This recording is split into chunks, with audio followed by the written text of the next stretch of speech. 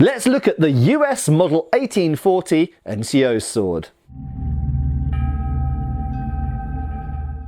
Hi folks, Matt Easton here, Schola Gladiatoria and Easton Antique Arms. Now I'm going to keep this video relatively brief for one of my videos, but I don't get to handle American swords particularly often. There are actually a fair number of kind of US Civil War and later period American swords in the antique market over here in Europe, and particularly in the UK. How did they get here? I don't know, quite honestly. Presumably some people brought them back from tourism. In some cases, migration of people, maybe. But I frankly don't know how American swords ended up in the UK, but they do. So I've had quite a number of Model 1860, like cavalry swords, for example. Over the years, I've had an 1840 and various other things as well. I've never had a pattern, funnily enough.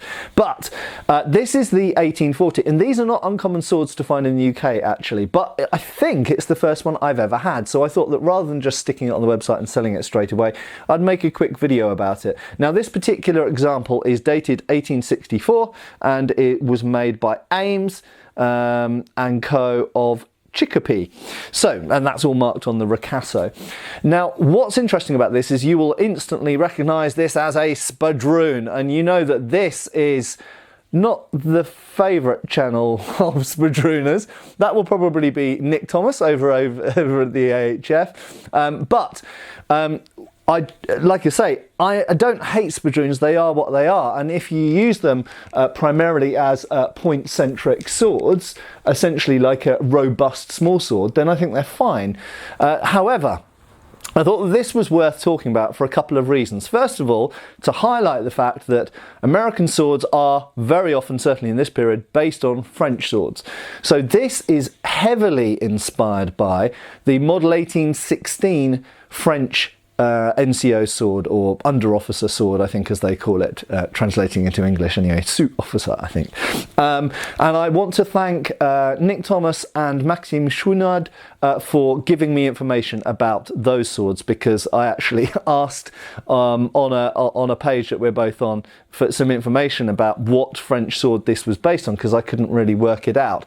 But it turns out that the Model 1816 French under officer, or kind of petty officer NCO sword comes in a variety of forms, and it has a variety of blades, but overall one of the most common types is like this.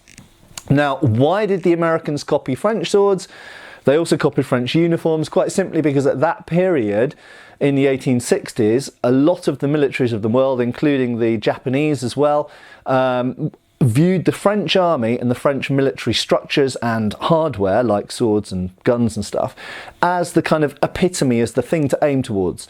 That all changed, unfortunately, for the French in 1870 with the Franco-Prussian War, when the Prussians gave the French army a damned good hiding, unfortunately for France, and that meant that everyone switched who they were looking at and now started looking at the Prussians and other people as well. So the French army was held in high regard by everyone around the world until 1870, and then it wasn't held in such high regard after that.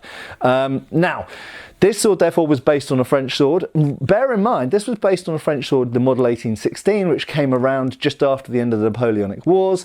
There were earlier models of spadroon, somewhat like this, which don't look too dissimilar from this, that were around during the Napoleonic Wars. But remember, in 1816, France was in a very particular political and economic situation. It had been at war for a long time, for decades, and had just been defeated, essentially. And Napoleon's army had been defeated at Waterloo, and France was actually under occupation. A British and Allied force was occupying France at the time under the Duke of Wellington and his forces, and additionally there was a restoration government had come in, so the monarchy had come back. Remember, they had the French Revolution, then they had an emperor. Gets a bit confusing, so they got rid of a king, got an emperor instead.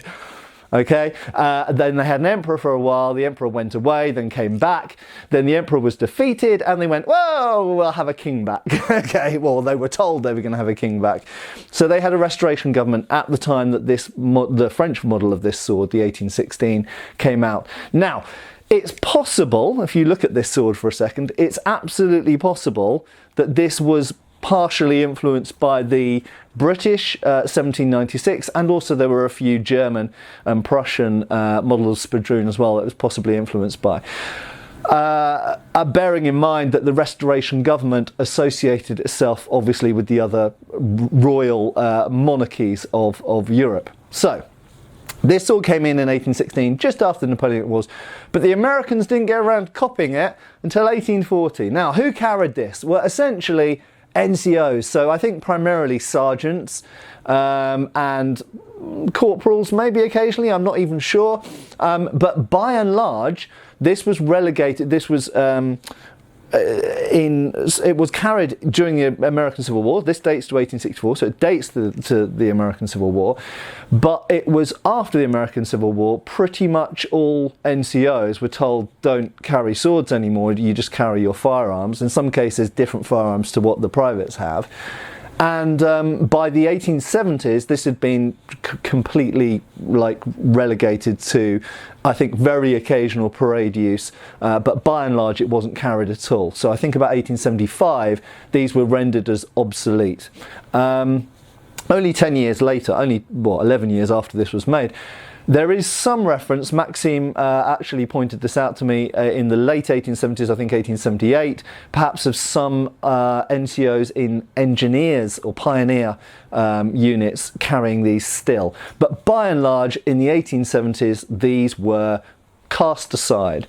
As a result, lots of these that were made in huge numbers in the 1860s during the American Civil War are actually in pretty damn good condition, as is this example. Yes, it's got patina on the blade, but it's got a completely smooth and nice condition blade. It's got nice patina on the brass hilt, which I haven't cleaned and won't clean because a lot of people like original patina.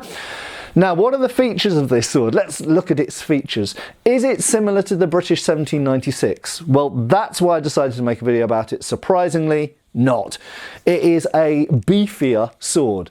It feels heavier in the hand. The literal weight is not very different, okay? So there's no point comparing mass. This is about mass distribution. Now, what's surprising for such a narrow, straight thrusting, primarily thrusting sword, is this actually has quite a lot of authority in the blade. Now, funnily enough, I've heard that cited as a disadvantage and one of the reasons why this was not a popular sword. And I can kind of understand that, because the simple fact is, this is a thrust-centric sword with a point of balance that is as far from the hand as a typical sabre is, even a cavalry sabre. So the problem is this has the narrowness of blade such that it's never going to be a good cutter. You don't have good edge geometry, you don't have good edge width or mass distribution. But the blade feels, if you just close your eyes and ignore the fact it's quite a skinny grip, if you close your eyes, it kind of feels in the hand like a sabre. Okay, so it feels like a cutting sword, but it doesn't have the right geometry for a cutting sword. It is a thrusting sword. So the point of balance is too far from the hand. It should have been back up here. They could have corrected that with a slightly larger pommel. Now, ironically, the hilt is actually quite heavy, and it's heavy by virtue of the fact that it's got a solid cast brass grip. Most European swords of this type have a brass guard, brass knuckle bow, brass pommel, or other metal, and they usually have a wooden and wire-wrapped grip, which is lighter, and therefore the total mass of the hilt is less, but also the mass of the blade is usually less as well. So really, what do I think about this? Well, funnily enough, I don't think it's terrible. And I personally, as an individual, I wouldn't say for everyone, I quite like a point of balance that is not too close to the hand. Yes, it means that the tip's not as responsive and not as nimble as it would be if it was closer to the hand, but you have very good authority in the bind, and you've got good feeling in the blade. If you do hit someone with this, it is not going to cut for toffee, but it is going to hurt them. If you whack someone really hard across the head with this, I mean, it might bend or break the blade, but it's gonna really hurt them. And if this was service sharpened, which it hasn't been, it's quite a fine edge, but it hasn't actually been service sharpened. But if this was service sharpened, you could certainly give someone a nasty enough gash to put them probably out of action for a few minutes, long enough that would be needed. The other plus point I would say about it is it's surprisingly robust. This is stronger, more robust, more solid than the most French spadroons and certainly most British spadroons. It is more sturdily built than most 1796 infantry officer spadroons from Britain, and it's more robust than most of the French Model 1816 swords that inspired it. So it's a somewhat clunky, somewhat heavy, but very strong and robust version of a spadroon that you really wouldn't want to cut with, although it would certainly hurt someone. It's primarily a thrusting sword.